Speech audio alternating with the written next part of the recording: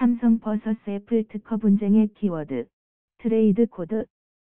삼성과 애플 사이의 지식재산권 분쟁에서 일반인에게 널리 알려진 트레이드 드레스에 대해 한번 살펴보자.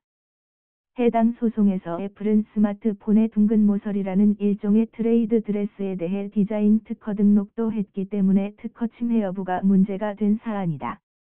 미국은 우리나라의 디자인, 실용 신안을 별도의 개별법으로 보호하지 않고 특허법상의 보호 대상의 하나로 인정하고 있다.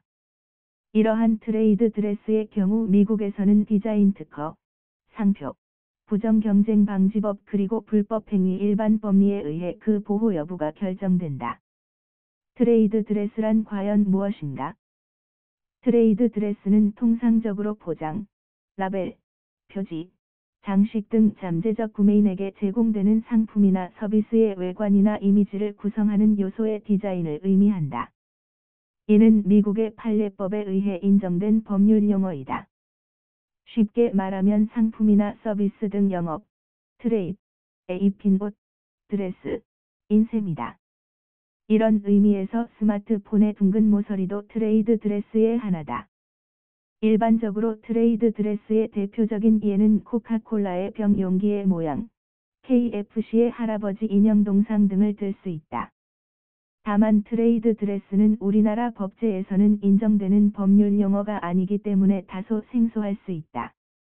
미국에서는 트레이드 드레스에 대해 연방법으로서는 디자인 특허 또는 상표로 보호가 되고 나아가 주 법상으로는 부정경쟁방지법 및 보통법상의 불법행위법리에 의해 보호되기도 한다. 트레이드 드레스는 디자인 특허와 상표로서 보호를 동시에 받을 수 있으나 디자인 등록부터 한 다음에 상표 등록을 해야 한다는 데 주의해야 한다. 왜냐하면 디자인 특허로 등록되기 위해서는 신규성이 요건이므로 상표로 등록돼 사용된 이후에 디자인 특허로 신청하게 되면 요건 흠결로 등록 거절이 될 수 있기 때문이다. 다만 연방상표법에 의하면 트레이드 드레스가 등록이 되거나 비록 등록이 되지 않더라도 보호받을 수 있다. 우리나라와는 달리 연방상표법의 부정경쟁방지법과 같은 규정이 동법에 규정돼 있어 미등록 트레이드 드레스도 이를 보호하고 있기 때문이다.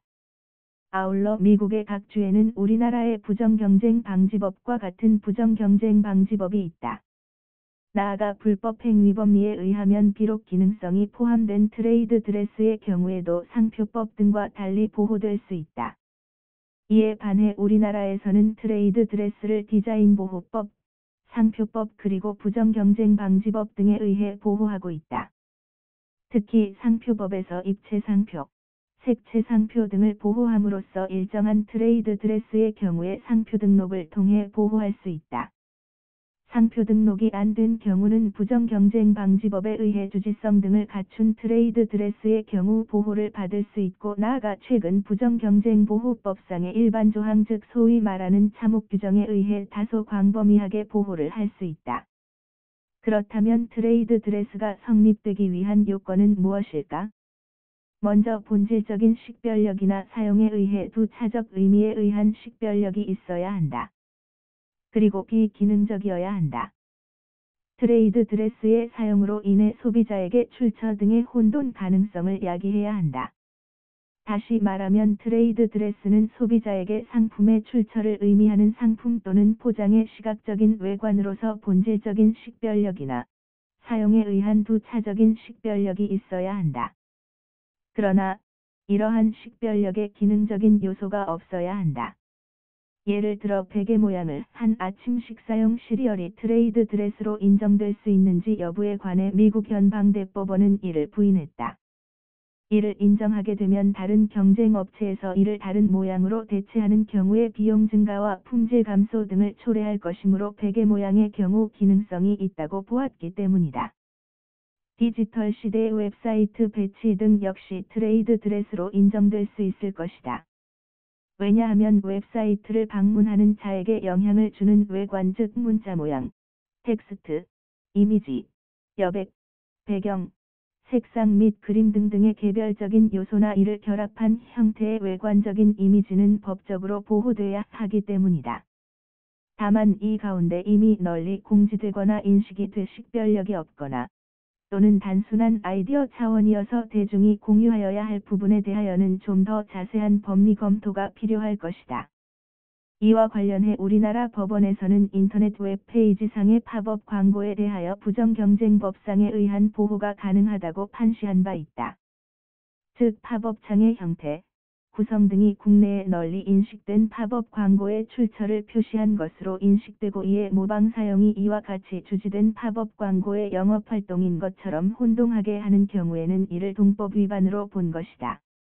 앞서 살펴본 바와 같이 트레이드 드레스는 우리나라 법제에서는 공식적으로 인정되는 법적 개념은 아니나 영업 등에서 그 출처 등을 표시함에 있어서 좀 더 폭괄적인 개념이고 또한 유용한 개념이므로 이를 적극적으로 수용할 필요가 있다.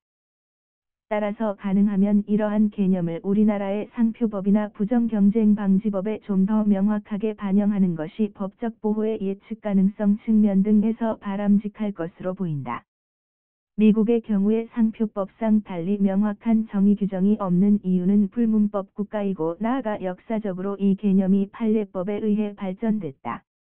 그러나 우리나라의 경우는 성문법 국가이므로 가능하면 상표법이나 부정경쟁방지법 등 기존의 법률에서 이 부분에 대한 좀 더 명확한 개념정의 규정을 추가하는 방향이 좀 더 바람직할 것이어서 이에 조속한 입법화를 기대해 본다.